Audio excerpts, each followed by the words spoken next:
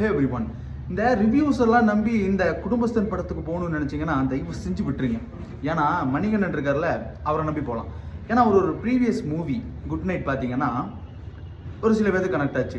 Lover movie என்னாச்சுன்னா ஒரு மொத்தமாக டாக்ஸிக்கான இருக்கிற யங்ஸ்டர்ஸுக்கும் சில லவ்வர்ஸுக்கும் கனெக்ட் ஆச்சு. குடும்பஸ்தன் பார்த்தீங்கன்னா ஒவ்வொரு குடும்பஸ்தனுக்கும் ஒவ்வொரு ஆண்மகனுக்கும் நல்லாவே கனெக்ட் ஆகும்னு சொல்லலாம். நான் இன்னைக்கு குடும்பஸ்தன் மூவி தான் பார்த்துட்டு வந்திருக்கேன்.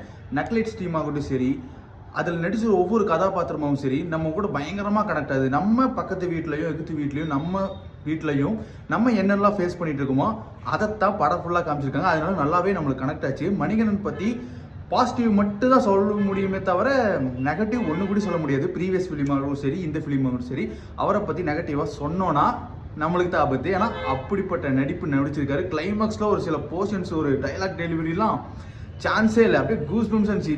ஆமாம், இதுதான் காசு தானே எல்லாம், அப்படி ஒரு மைண்ட் செட் வந்துருச்சு. குடும்பஸ்தன் மூவி எல்லாரும் ஃபேமிலியோட போய் பார்க்க வேண்டிய மூவி. கண்டிப்பாக மிஸ் பண்ணிடாதுங்க தேட்டரில். நான் மிஸ் பண்ண போய் பார்த்துட்டு வந்தேன். இன்னொரு வாட்டி கூட பார்க்கணுன்னு எனக்கு ஆசையாக இருக்குது. ஏன்னா அந்த மாதிரி தான் ரொம்பவே நல்லா இருந்தது. செகண்டில் கொஞ்சம் லேக் இருந்தாலும் அவங்க அந்த சீரியஸான மூமெண்ட்டில் காமெடி சீன்ஸ்லாம் வைக்கிறதெல்லாம் இருக்கட்டும், பயங்கரமாகவே இருந்துச்சு. நீங்கள் மிஸ் பண்ணாமல் தேட்டரில் போய் பாருங்கள். நம்ம சேனலில் இன்னும் சப்ஸ்கிரைப் பண்ணாமல் பார்த்துட்டு இருக்கீங்கன்னா சப்ஸ்கிரைப் பண்ணி பார்த்துருங்க. இந்த மாதிரி நிறைய ரிவ்யூஸ் வரும். பாய்.